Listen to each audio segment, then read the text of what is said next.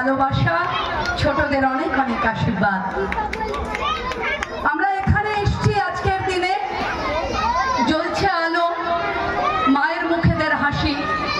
মাতৃশক্তির কাছে আসুন, একটাই প্রার্থনা করি যে এই আলো, এই হাসি, মায়েদের এই যে শক্তি, তা যেন সম্মিলিত থাকে, উজ্জীবিত থাকে।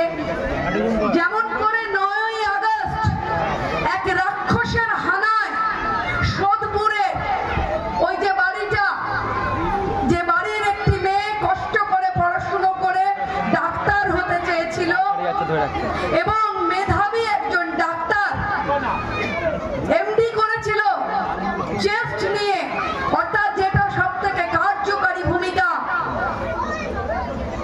সেই ডিপার্টমেন্টের একজন প্রতিষ্ঠিত মেধাবী ডাক্তার যাকে বলি দিতে হলো, যার উপর হিংস্র কি মর্মান্তিক অত্যাচার হলো,